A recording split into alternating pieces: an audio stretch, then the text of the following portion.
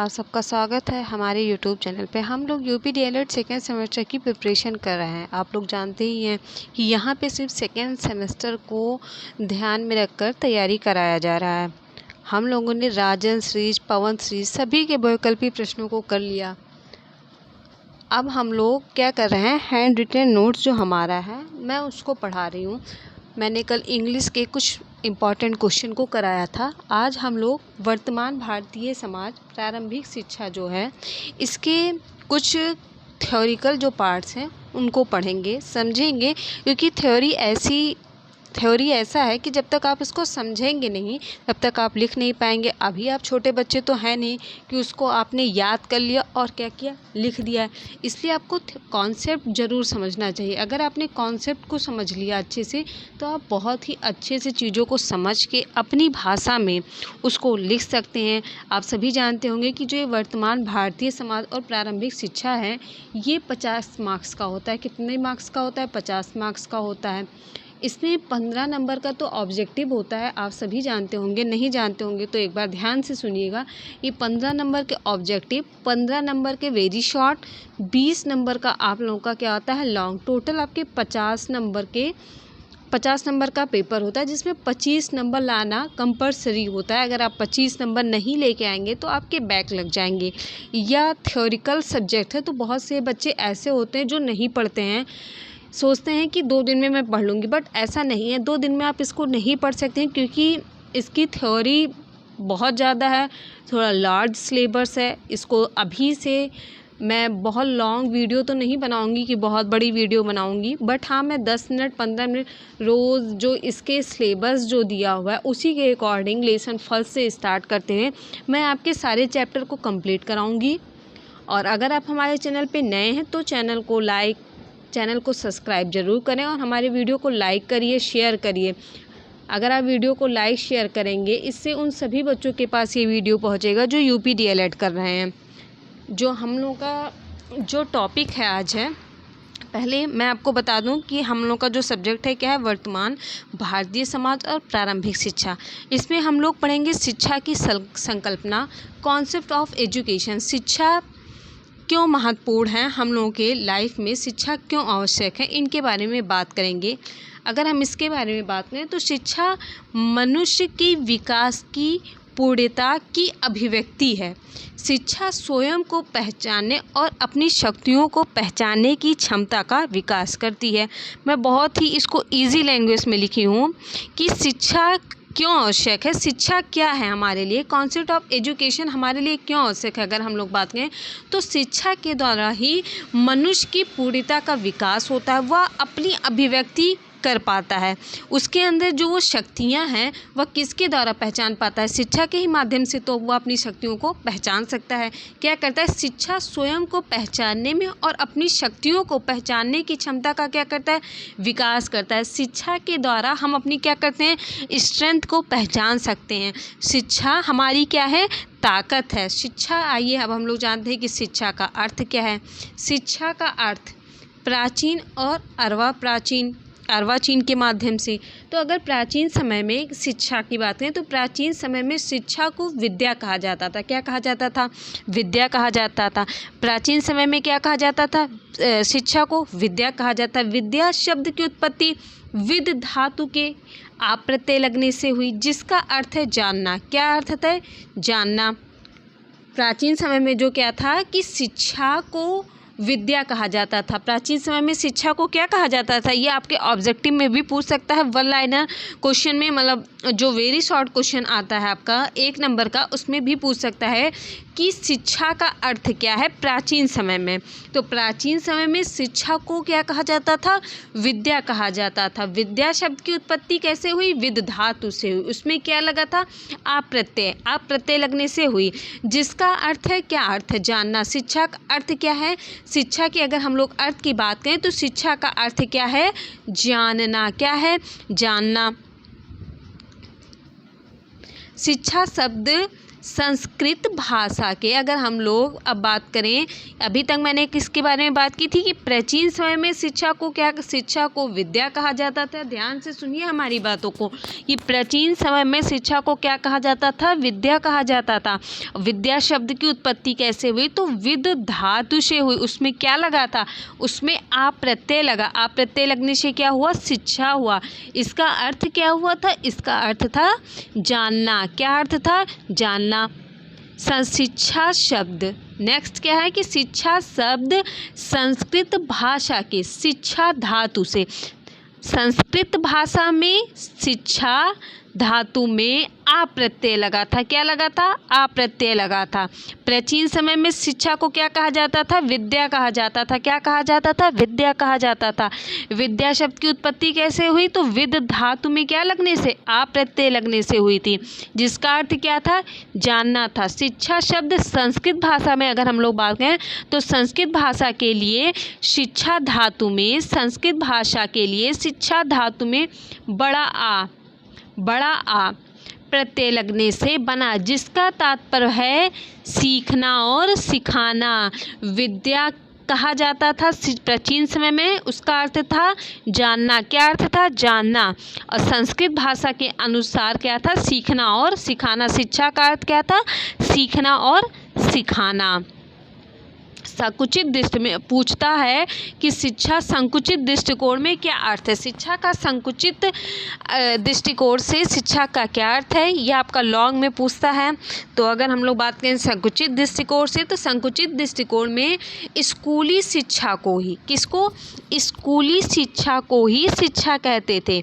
स्कूली शिक्षा जो हम लोगों की जो होती थी उसे ही शिक्षा कहते थे। इसमें बालक के सामने एक विशेष प्रकार के नियंत्रित वातावरण को प्रस्तुत करके उसका मानसिक विकास करना होता है। संकुचित दृष्टिकोण किसके लिए है? ये स्कूली शिक्षा के लिए। किसके लिए संकुचित दृष्टिकोण हम लोग बात करें तो ये स्कूली शिक्षा के लिए होता है। आप लोग देखते हैं कि स्कूल में एक निश्चित क्या होता है? पाठ्यक्रम होता है। क्या होता है? पाठ्यक्रम होता है। एक सिलेबस होता है, उसी के अकॉर्डिंग हमें क्या करना है? बच्चे को पढ़ाना है। बच्चे के आयु के अनुसार सिलेबस डिफाइंड होता है। क्या होता है? पाठ्यक्रम होता है। उसी के अनुसार हम लोगों को क्या करना रहता है? पढ़ाना रहता है।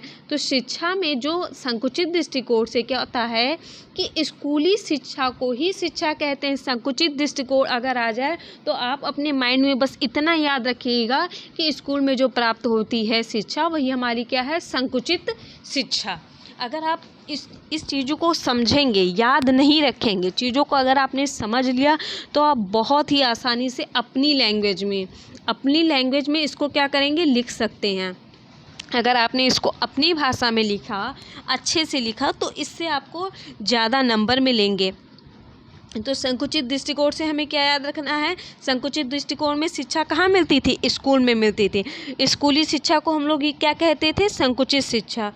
संकुचित दृष्टिकोण में स्कूली शिक्षा को ही क्या कहते थे? शिक्षा कहते थे। इसमें बालक के सामने एक विशेष प्रकार की क्या नियंत्रित वातावरण को क्या किया जाता था? प्रस्तुत किया जाता था और उसका मानसिक विकास करते थे। देखते हैं कि हम लोग जब एक छोटा बच्चा पहली बार स्कूल में जाता है, प्ले में जाता है, अब आजकल तो प्ले में पहले बच्चे जाते हैं, तो बच्चों को ऐसा नहीं है कि वहाँ जाते ही APPLE एप्पल की स्पेलिंग उसको सिखाया जाता है। उसकी मानसिक आयु के अनुसार, उसके एज के अनुसार बच्चे को हम लोग क्या करते हैं? उसके अनुसार शिक्षा देते हैं। बट उसमें क्या होता है कि एक सिलेबस डिफाइंड होता है कि यहाँ पहले हम बच्चों को क्या दिखाएंगे? एप्पल का फिगर दिखाएंगे और हम लोग क्या पूछेंगे कि बच्चों आपने इसको खाया है? तो बच्चा बताएगा कि हाँ ये सेब है। या बच्चा जो भी जानता होगा, जो उसके दिमाग में उसकी स्कीमा होगी, उसको क्या करेगा? बच्चा बताएगा। इसीलिए आप लोग याद रखिए कि जो स्कूल में जो शिक्षा प्राप्त होती है, स्कूली शिक्षा, वही हमारी क्या होती है? संकुचित दृष्टि से शिक्षा। अब हम लोग क्या पढ़ेंगे? व्यापक दृष्टिकोण से शिक्षा। क्वेश्चन पूछता भी है कि व्यापक दृष्टिकोण से शिक्षा का क्या अर्थ है? संकुचित दृष्टिकोण से शिक्षा का क्या अर्थ है? तो अगर हम लोग संकुचित अर्थ की बात करें, अभी हम लोगों ने पढ़ा, तो संकुचित अर्थ में क्या होगा? स्कूल में प्राप्त की गई शिक्षा क्या है? वह क्या शिक्षा है? संकुचित दृष्टिकोण से। स्कूल में जो दी जाती है शिक्षा वो हमारी क्या है, संकुचित दृष्टिकोण से शिक्षा प्राप्त होती है। व्यापक दृष्टिकोण से क्या है, व्यापक दृष्टिकोण से बात करें तो व्यापक दृष्टि से शिक्षा का अर्थ बालक के उन सभी अनुभवों से है जिनका प्रभाव उसके ऊपर जन्म से लेके मृत्यु तक पड़ता है, अर्थात यह अनियंत्रित वातावरण है। देखो, स्कूली शिक्षा जो थी वह नियंत्रित वातावरण में थी। कैसी वातावरण में थी, नियंत्रित वातावरण में थी। नियंत्रित वातावरण में थी स्कूली शिक्षा हमारी, कैसी थी कि नियंत्रित वातावरण में है। और व्यापक दृष्टिकोण से जो शिक्षा है वह अनियंत्रित वातावरण में है। कैसे है, अनियंत्रित दृष्टिकोण से। व्यापक दृष्टिकोण से हमारी शिक्षा कैसी है, अनियंत्रित वातावरण है।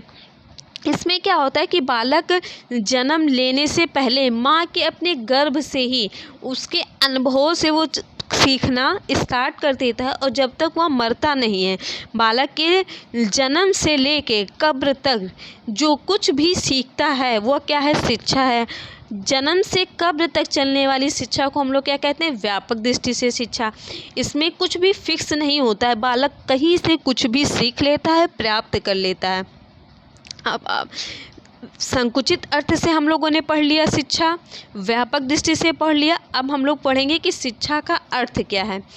पूछता है कि शिक्षा का अर्थ क्या है। अगर हम लोग बात करें तो शिक्षा को क्या कहते हैं या शिक्षा का अर्थ क्या है। शिक्षा को आंग्ल भाषा में, किसमें, आंग्ल भाषा में एजुकेशन कहते हैं। क्या कहते हैं, एजुकेशन कहते हैं। शिक्षा को आंग्ल भाषा में हम लोग क्या कहते हैं, एजुकेशन कहते हैं। क्या बोलते हैं, एजुकेशन कहते हैं। किस भाषा में, आंग्ल भाषा में। शिक्षा शास्त्रियों के अनुसार एजुकेशन शब्द की उत्पत्ति आंग्ल भाषा में हम शिक्षा को क्या कहते हैं, एजुकेशन कहते हैं। एजुकेशन की उत्पत्ति किससे हुई, तो एजुकेशन शब्द की उत्पत्ति लैटिन भाषा के निम्न शब्दों से हुई है। आंग्ल भाषा में शिक्षा को क्या कहते हैं, एजुकेशन कहते हैं। ऐसे ही क्वेश्चन आता है, 1 नंबर में ही पूछ लेगा कि आंग्ल भाषा में शिक्षा को क्या कहते हैं, तो एजुकेशन कहते हैं। एजुकेशन शब्द की उत्पत्ति किससे हुई, तो एजुकेशन शब्द की उत्पत्ति लैटिन भाषा के शब्दों से हुई। लैटिन भाषा के किन शब्दों से हुई, लैटिन भाषा के एडुकेटम, एडुशियर, एडुकेयर। ऐसा नहीं है कि एक शब्द से हुई। जैसे ही आपके कई नाम हैं, आप अकेले एक इंसान हैं लेकिन आपके कई नाम होते हैं। आपको प्यार से कोई कुछ भी बुलाता है, आपके अनेकों नाम हो सकते हैं। कि कोई ऐसा होता है जिसका एक ही नाम, लेकिन हम यहाँ पे उन लोगों की बात करें जिसका निक नेम होता है, स्कूल नेम होता है, मम्मी का नेम होता है, कुछ भी कोई प्यार से जो भी बुलाता हो ऐसा नेम, तो लैटिन भाषा से हुई थी। किसमें, शिक्षा शब्द आंग्ल भाषा में एजुकेशन को क्या कहते हैं, आंग्ल भाषा में शिक्षा को क्या कहते हैं, एजुकेशन कहते हैं।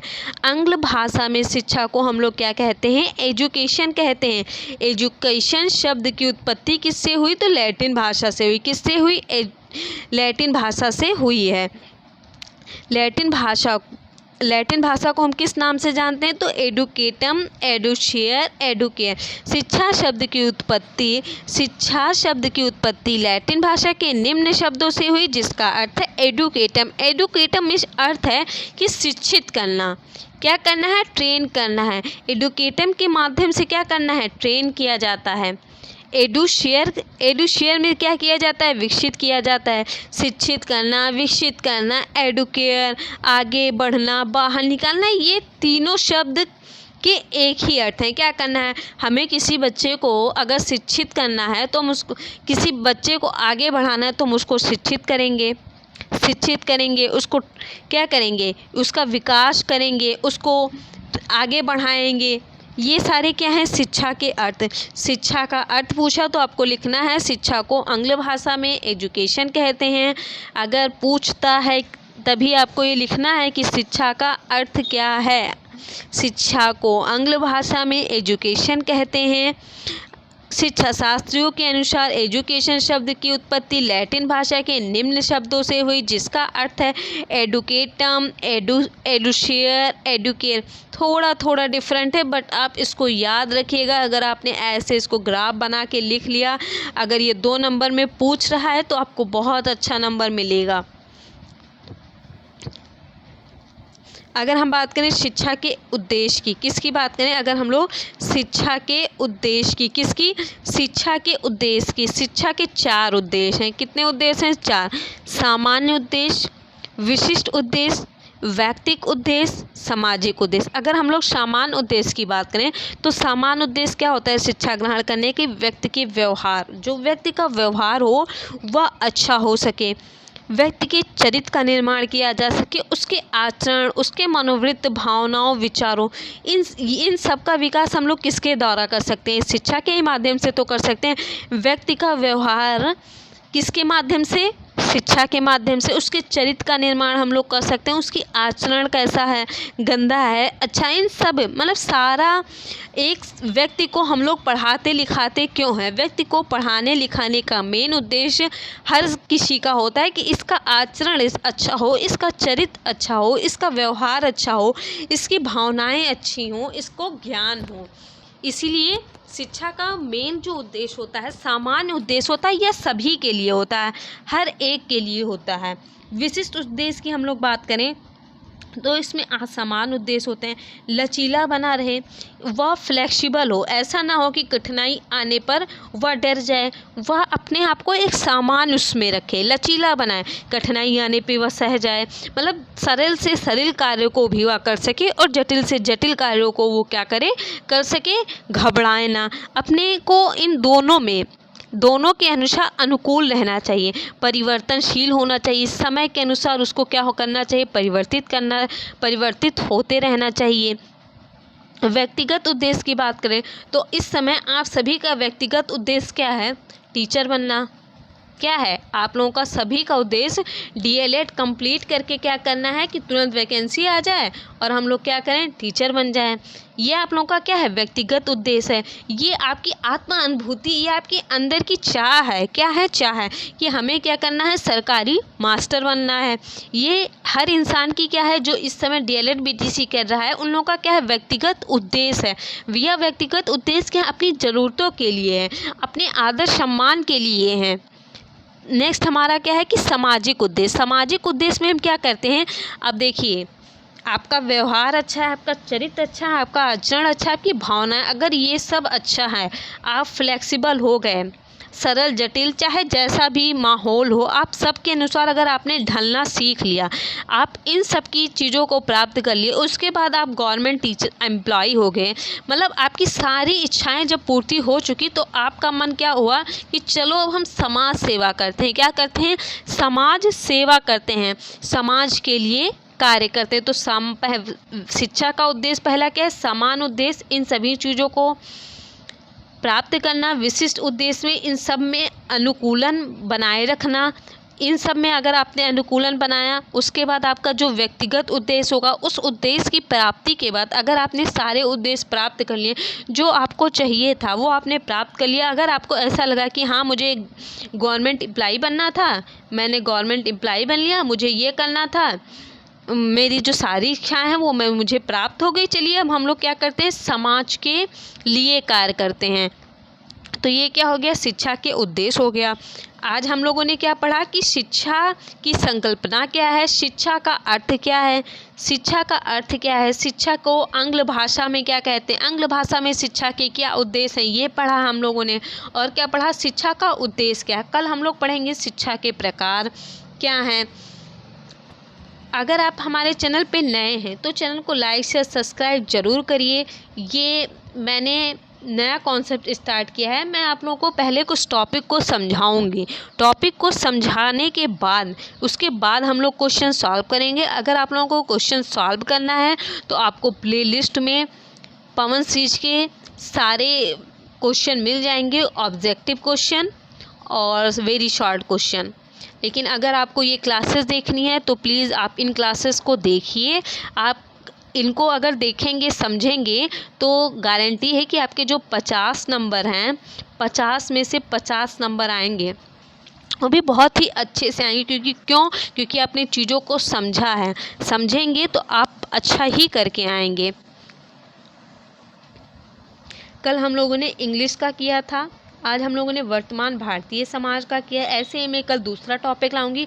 मैं हर हफ्ते में एक टॉपिक पढ़ाऊँगी, सारे एक एक टॉपिक करके हर हफ्ते में पढ़ाऊँगी। मंडे ट्यूसडे ऐसे मेरा सिलेबस रहेगा कि मंडे को अगर मैंने इंग्लिश पढ़ाया तो ट्यूसडे को मैं वर्तमान भारतीय समाज, ट्यूसडे को नवीन शिक्षा के प्रयास, ये वेडनेसडे को साइंस, ऐसे ही मैं करके वन बाय वन सारे पेपर जो हम लोग के 7 पेपर हैं उन 7 पेपर को कराऊंगी। और संडे को मैं इसका रिवीजन कराऊंगी। संडे को क्या कराऊंगी? रिवीजन कराऊंगी। मैं पेपर से पहले, एग्ज़ाम से पहले आप लोगों का एक बार सिलेबस कंप्लीट करा दूंगी।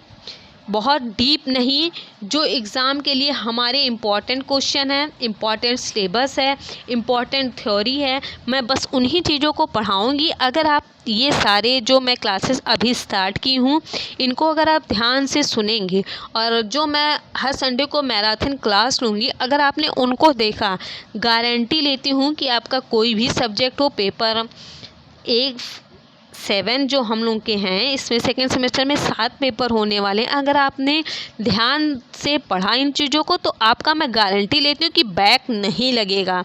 या हिंदी हो या आपका हिंदी है या साइंस है, ज़्यादातर बच्चों का बैक किसमें लगता है? साइंस में लगता है। किसमें लगता है? साइंस में, इंग्लिश में और किस में लगता है? मैथ में।